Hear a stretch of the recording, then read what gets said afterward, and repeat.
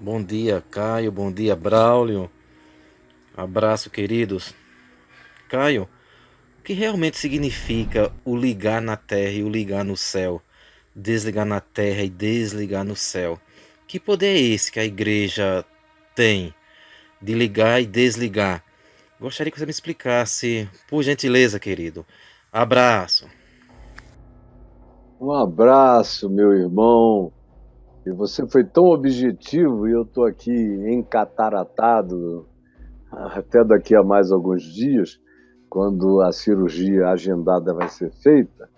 Eu nem consegui ler seu nome direito. É Nelson, se eu não me engano, Marcos Brau? Belo, Marcos Belo, Marcos Caio. Belo, isso Isso, ele mesmo. é da Paraíba.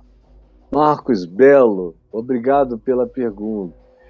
Vamos começar consertando as coisas, tá bom? A igreja não tem poder nenhum de ligar e de desligar. Esse é papo que no meio chamado evangélico apareceu da década de 60 para cá, com o início da teologia da prosperidade, com a confissão positiva, com o surgimento da unção apostolar. Pegaram um monte de gente, que tinha muita gente com eles, e aí ungiram essas pessoas apóstolos. Aqui no Brasil já houve os 12 apóstolos do Brasil, na década de 90. Brigaram tanto entre eles. E eu recebi aqui os calhamaços que me mandam, eu não sei nem porquê, mas parece que eu sou a ABIN evangélica. Não peço nada, não estou investigando nada, perguntando nada, mas recebo tudo.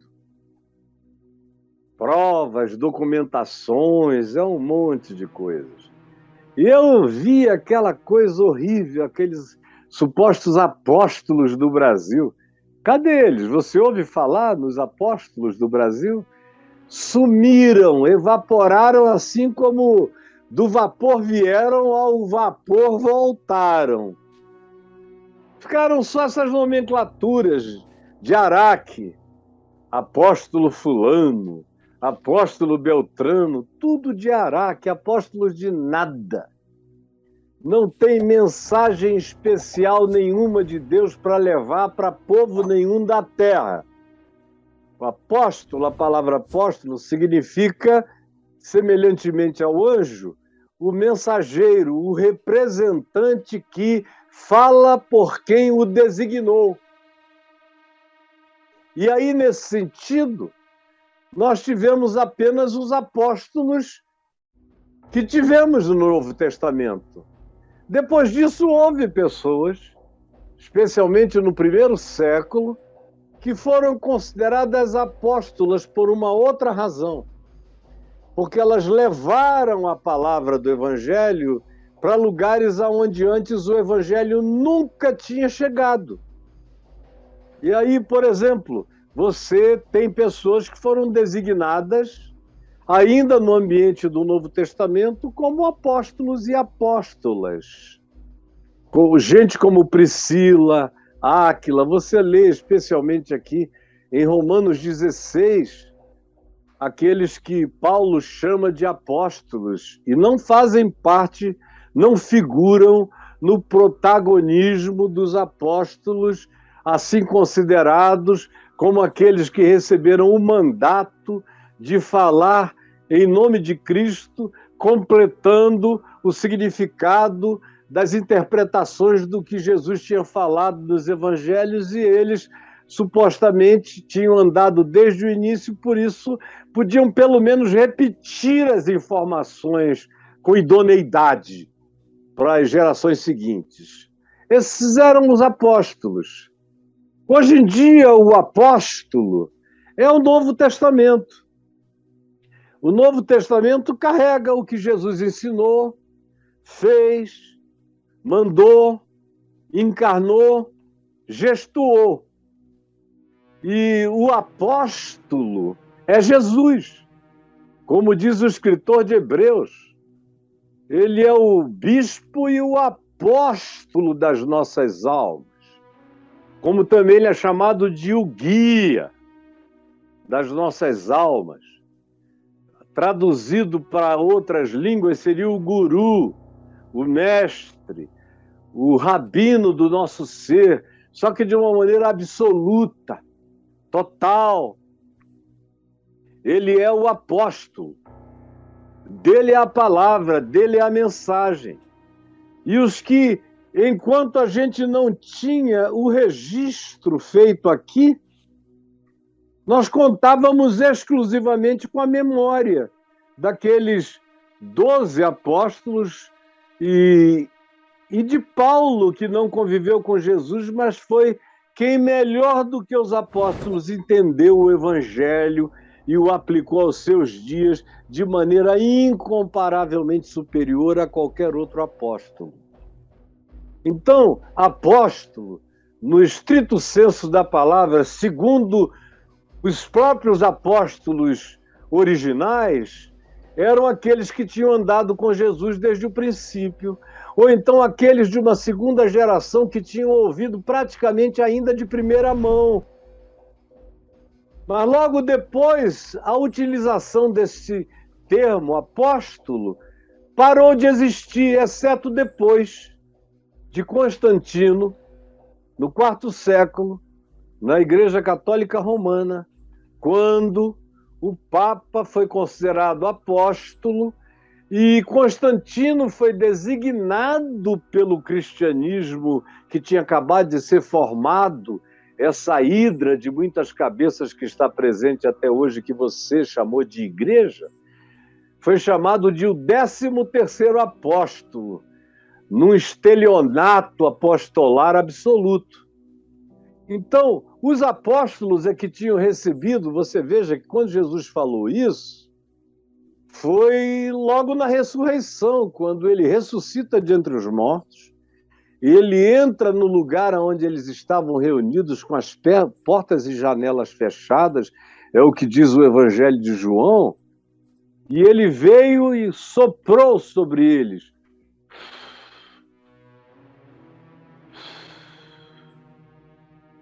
E disse: recebei o Espírito Santo.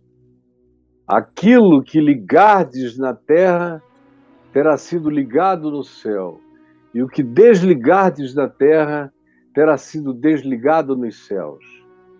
Aí, dos anos 60 para cá, no século XX, esses grandes deturpadores do significado original do Evangelho inventaram essa geração de apóstolos. Chegou um tempo que tinha mais apóstolo do que crente, para todos os lados. E uns apóstolos mais fajutos do que os camelôs das praças públicas, carregando esse termo e essa expressão sem nenhuma propriedade. Todos esses que estão aí, eu digo, e se vocês quisessem, eu diria os nomes de todos eles, é que eu não estou aqui para ficar provocando gente com pessoalizações. São todos esdrúxulos e fajutas. Não são apóstolos de nada. Apóstolos de quê? Da marcha para Jesus com revólverzinho? Apóstolos de quê? Do reino de Deus é que não é. Ligando o quê? Tudo que eles ligam se desliga. Tudo que eles desligam se liga. Olha só a contradição. Eles vivem desligando gente porque eles não gostam delas, porque elas têm hábitos e costumes diferentes, porque elas têm comportamento que eles desaprovam, porque elas têm identificação de gênero que eles abominam, que eles infernizam. Então, toda hora eles estão desligando pessoas assim, ou gente que deixa de ir ao culto deles, que deixa de dar dinheiro para eles. Aí eles dizem: olha, cuidado, porque eu vou retirar a minha cobertura apostólica de você. E se eu retirar, você vai ficar sozinho. Aí o cara fica com medo, faz tudo o que esse falso apóstolo manda, como Paulo chama, segundo aos Coríntios, falsos apóstolos.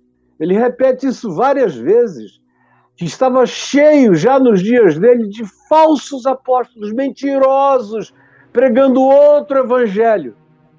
Se era assim no primeiro século, imagina nos dias de confusão babelística. Isso é uma Babel de igreja que a gente tem.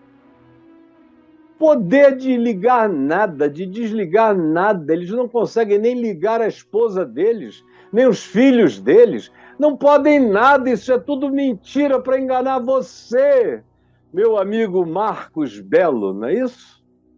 Isso. Só para causar essa impressão num rapaz tão inteligente, bonito como você, mas que ficou com esse grilo na cabeça. Vão me desligar. Eles não têm poder nenhum.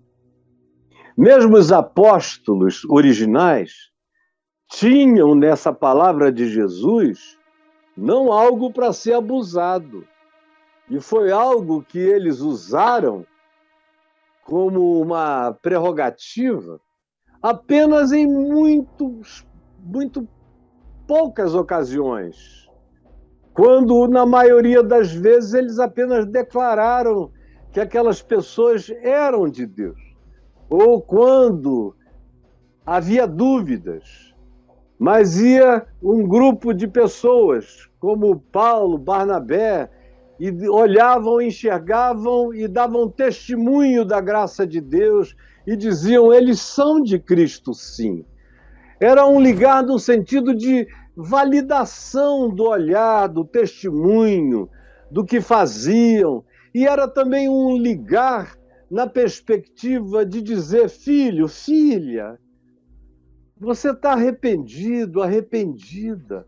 Em nome de Jesus, eu te declaro que os teus pecados estão perdoados. Como eles faziam e como eu pessoalmente faço, na autoridade do Evangelho.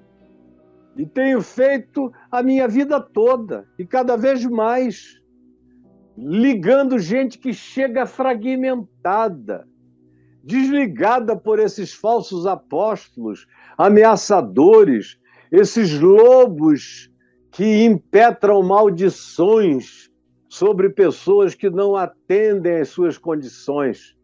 Eles desligam lá, a pessoa chega toda culpada aqui, eu digo, olha, nada aconteceu, eles não têm poder nenhum, eles não conseguem fazer parar uma dor de dente neles. Eles não conseguem mudar a orientação sexual dos filhos. Eles não conseguem fazer a mulher deles voltar a sentir tesão por eles. Eles não conseguem ligar nem o seu próprio corpo ao corpo da esposa. Eles não conseguem realizar nada. É só fanfarrice, é só mentira, porque Deus não dá poder de ligar e desligar a mentirosos, enganosos, adúlteros, corruptos, que prostituem a alma humana, que enganam, que se apossam, que dominam, que controlam. Esses estão sob controle maligno, tentando exercer domínio sobre a vida de vocês, usando o nome de Jesus. Então, o máximo que eles conseguem é causar angústia no coração de pequeninos, que chegam desesperados, se sentindo já habitando o inferno pelo medo, pelo pânico. E é chegar aqui e eu botar a mão na cabeça e dizer, filho, nada aconteceu. Você continua pertencendo a quem você sempre pertenceu, só que agora você vai pertencer com consciência de causa, sabendo que nenhum mal te sucederá, que praga nenhuma deles, ou de quem quer que seja, vai chegar na tua vida, nem na tua casa, porque quem te garante é o Senhor Jesus. E agora eu te digo, olha nos meus olhos, olha aqui para mim, eu te digo, os teus pecados estão perdoados. Em nome de Jesus, vai em paz. E os casos de desligamento que a gente encontra no Novo Testamento, a gente encontra explicitamente, com todas as letras, um único caso de Paulo, lá na igreja de Corinto, onde ele exagerou na mão.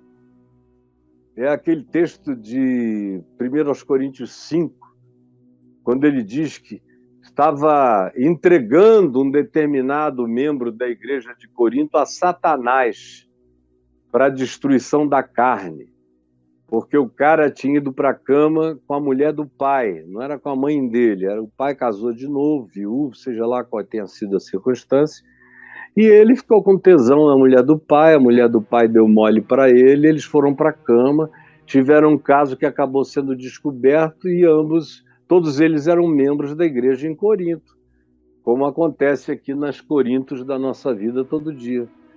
E Paulo, distante, devia ser amigo do homem que foi traído, devia perceber o mal enorme numa cidade como Corinto, tomada de promiscuidade, de prostituição para todo lado, e a igreja não era melhor do que a sociedade que a circundava, ela era muito parecida com a sociedade circundante, a igreja de Corinto, e Paulo, nesse arrobo, diz que reunidos eles e o meu espírito, diz Paulo, eu determino que tal pessoa seja entregue a Satanás para a destruição da carne. Aí passa um tempo, Paulo se arrepende, e na segunda epístola aos Coríntios, você lê lá no capítulo 2, vai lendo em diante, 3, 4, como o arrependimento dele está presente em quase tudo que ele diz naquele início de 2 aos Coríntios. E ele se arrependia de ter entristecido tanto aqueles que tinham o poder de alegrá-lo, e que ele tinha exagerado do que ele tinha dito. E fala lá, retirem de sobre ele esse peso, para que ele não seja esmagado, para que ele não atente contra a própria vida, para que ele não caia numa tristeza profunda, onde Satanás vai ter vitória. Então, na ansiedade de ajudar o indivíduo a andar em Cristo, ele exagerou. Ele foi para além dos limites. Porque eu não tenho permissão para entregar ninguém a Satanás. O irmão de Jesus, o apóstolo Judas, falou contra isso na epístola dele, contra aqueles que diziam juízos infamatórios contra o diabo. É uma coisa interessante. Judas, o irmão de Jesus, demanda que a gente tenha uma atitude de respeito pelo mundo espiritual negativo e positivo, por anjos e por demônios. Porque eu não estou aqui para galhofar, nem para puxar arminha para Satanás, porque é tudo que ele quer. Nem estou aqui para expulsar demônio do palavrão, não estou aqui para baixar o nível para um piso em que o diabo gosta de pisar. Não. Ele disse que o arcanjo Miguel, quando contendia, eu estou falando de Judas, o irmão de Jesus, o arcanjo Miguel, quando contendia com o diabo a respeito do corpo de Moisés, não ousou proferir contra o diabo, contra Satanás, juízo infamatório. Seu canalha, seu safado, nada disso. Antes disse que o Senhor te repreenda, Satanás. É o que a gente encontra também em Zacarias 3. Quando Satanás é repreendido pelo anjo do Senhor, que é manifestação do Cristo, antes da encarnação de Jesus. É o Cristo que o repreende, que repreende a Satanás, que estava acusando o sumo sacerdote Josué, e o Cristo presente, o anjo do Senhor, repreende a Satanás e diz: porventura não é este um tição que eu tirei do fogo, um pau preto queimado, mas eu não deixei ser extinto, mantive a brasa da vida nele, e a tua acusação termina aqui. E mandou paramentá-lo com todas as simbolizações da restauração espiritual. Zacarias, no capítulo 3. Então, essa coisa não tem nada a ver com a igreja. Imagina essa igreja que vocês chamam aí, que é um cassino de mentirosos, de ladrões, como Jesus disse, do templo em Jerusalém, das autoridades do templo, chamou de covil de salteadores. E aqui é muito pior do que estava lá, está horrível esse negócio aqui. Você acha que Deus está transferindo o poder de ligar e desligar para um pessoal que existe em estado de desligamento divino?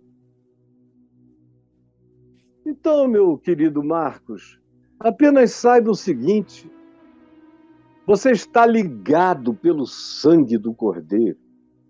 Você tem um liame, um vínculo inquebrável em Cristo. Entre você e Jesus não tem homem nenhum para fazer mediação. Não tem ser humano nenhum, e a igreja não é mediadora entre Deus e os homens. Isso é uma teologia, uma doutrina do catolicismo medieval. E que perdurou até pouco tempo atrás, mas pergunte ao Papa Francisco se ele crê que fora da Igreja Católica não há salvação, como se propagou tantos anos. Ele vai dizer que não. Ele sabe que a graça de Deus opera livremente em toda a terra sobre quem Deus quer. Mas oficialmente na doutrina da Idade das Trevas, atravessando o medievalismo todo, foi que se construiu esses superpoderes para a igreja, para poder unir casamentos ou não unir, para declarar que quem não pede a bênção dela está sob maldição. É tudo demoníaco. Porque Deus não constituiu ninguém e nada como mediador entre Deus e os homens, senão Jesus Cristo, o homem. Não é Paulo, não é Pedro, não eram os apóstolos, não era a igreja de Jerusalém. Igreja nenhuma tem esse poder de determinar com quem Deus anda e com quem Deus não anda.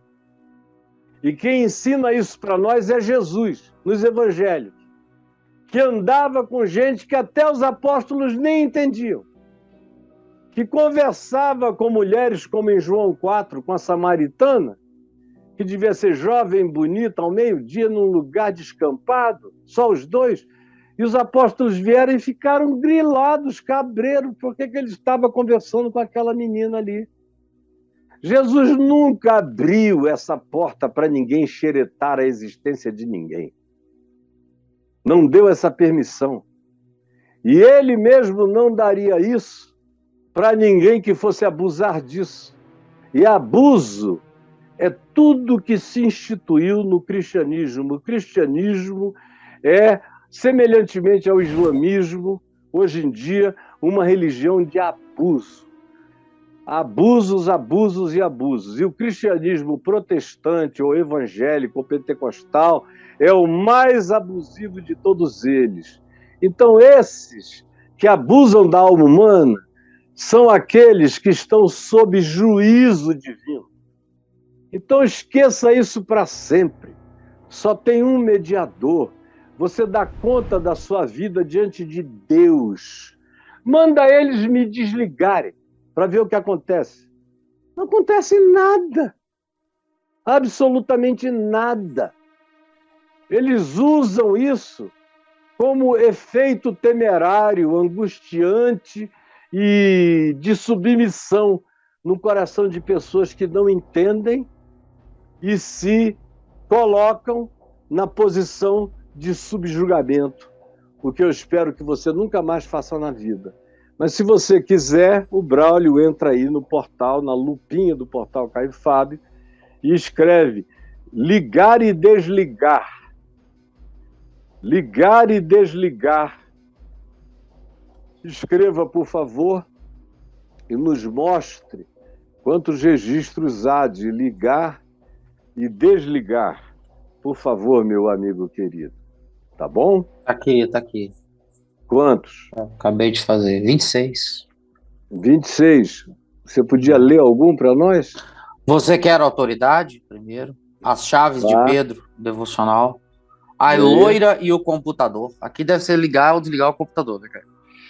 Não, a loira. Tem uma carta aqui. O pessoal fica ligando e desligando meu computador. Então, ligar e desligar vai levar para aí.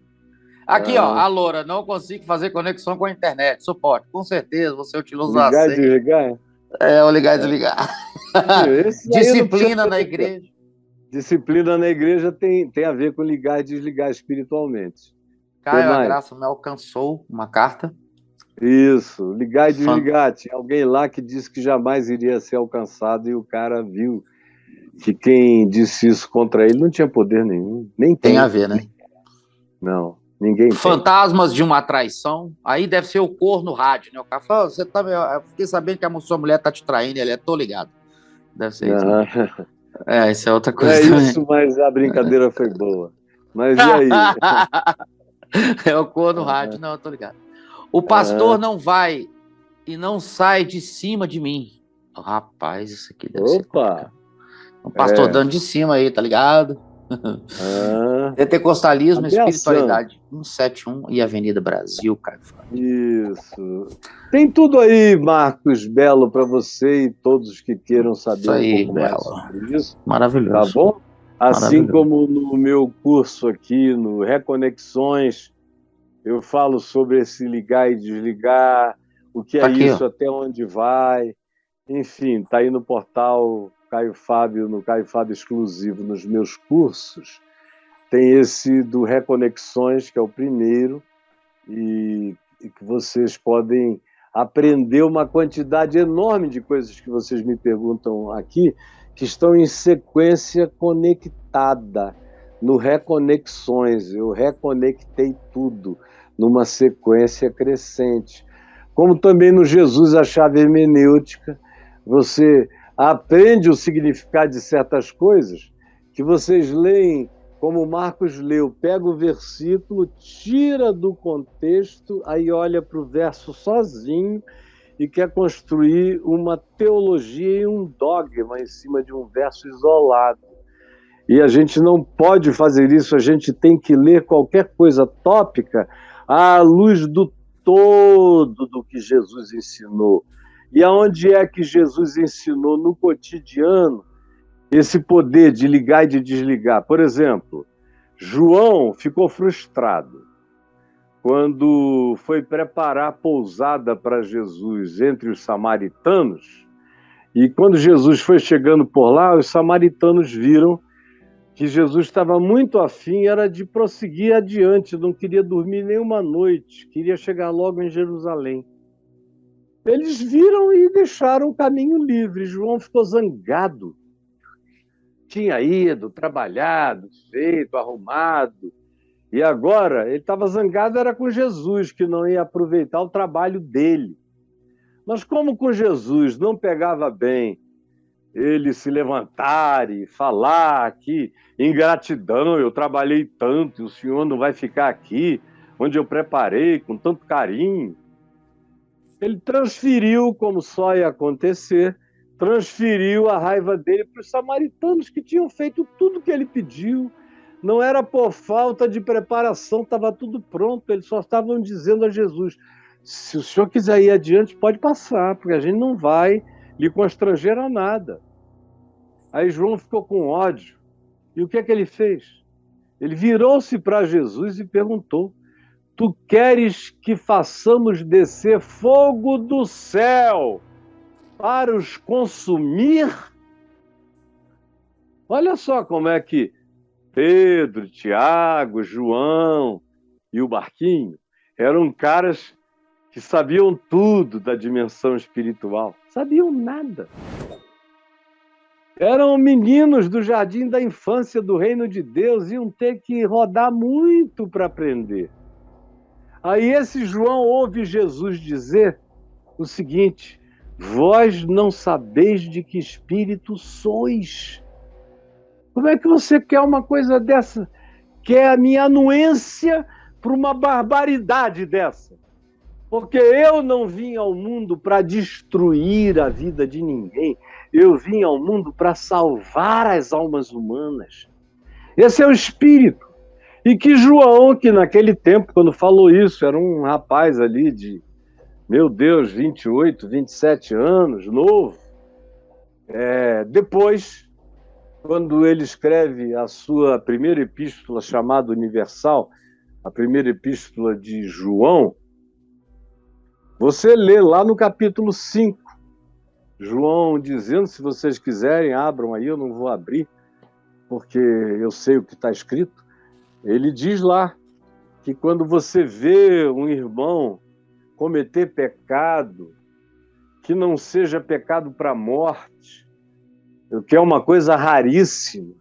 Pecar para a morte não é todo mundo que consegue na vida, não. Você tem que se hitlerianizar para aprender a pecar para a morte. Você tem que virar perverso. Tem que se putinizar para pecar para a morte. Tem que assumir a responsabilidade contra a vida de milhares de pessoas para pecar para a morte. Então não é algo corriqueiro.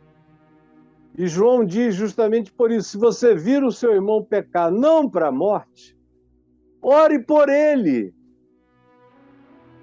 E Deus, o Pai, vai perdoar o pecado dele. Mesmo que ele não saiba. A minha oração é aí que eu ligo nos céus. Eu digo, Senhor, perdoa, ele não sabe o que faz. É uma ignorância, é uma loucura. Eu te peço que tu os perdoes, que tu o perdoes. Ele só está falando loucura. Ele não sabe nem o que está dizendo. Tem compaixão dele, desse equívoco, desse erro, desse pecado. Eu oro por ele. E João diz, e o Pai Celeste o perdoará. A garantia é essa. Mas não manda ninguém desligar ninguém de coisa alguma. Até porque, como Paulo disse, ninguém sabe quem vai encontrar, quem não vai encontrar, quem vai se converter, quem não vai se converter, quem vai entender, quem não vai entender. Assim como eu não tenho permissão de separar o joio do trigo, eu não ganharia permissão. Seria uma contradição, Marcos Belo. Se Jesus não deu aos apóstolos, nem a qualquer grupo de discípulos, e muito menos ao que vocês chamam de igreja, para separarem o joio do trigo, por que ele daria autoridade para o cara, bel prazer, conforme o humor dele, ligar, porque eu gosto muito de você, e desligar, porque você é um bobão, um boiola, que não tem Deus no coração? Nada disso. Tem que haver a coerência com o Evangelho. Jesus tem que ser a minha chave hermenêutica para entender até o que Jesus disse, à luz do todo que Jesus fez, praticou e ensinou, de modo que eu entendo Jesus em Jesus e entendo os apóstolos em Jesus e filtro todo o Velho Testamento no filtro de Jesus. Em Jesus é tudo que me resta aprender, apreender e praticar. Entendeu? E aí, brother? E é exatamente isso que você fala que a galera arrepia, porque eles não acham que tem que ser desse jeito. Não, lá, eles Caião. constituíram a igreja a quarta pessoa da suposta Trindade. Isso. É a igreja. Isso. É o Pai, o Filho e o Espírito Santo e a igreja. Sendo que na Terra, o Pai, o Filho e o Espírito Santo não tem poder nenhum. Quem tem poder é a igreja. E a igreja é a agremiação dessa quantidade enorme de pessoas da Arminha. Da Arminha. Ah, vai para um bom lugar em nome de Jesus. É isso aí. E aí, é a igreja que tá aí para validar a Santíssima Trindade, né, cara? É ela que valida. Ela que diz quando Deus é verdadeiro, quando não é, quando é palavra de Deus, quando não é. E como eles não sabem nada de Deus, de Jesus, do Evangelho, de coisa alguma, são só uns camelôs que foram ordenados ordenados com o nome de alguma coisa, com alguma titularidade eclesiástica, que estão aí enganando vocês para todo lado, mas são pessoas, muitas delas ignorantes e outras, infelizmente, são perversas mesmo.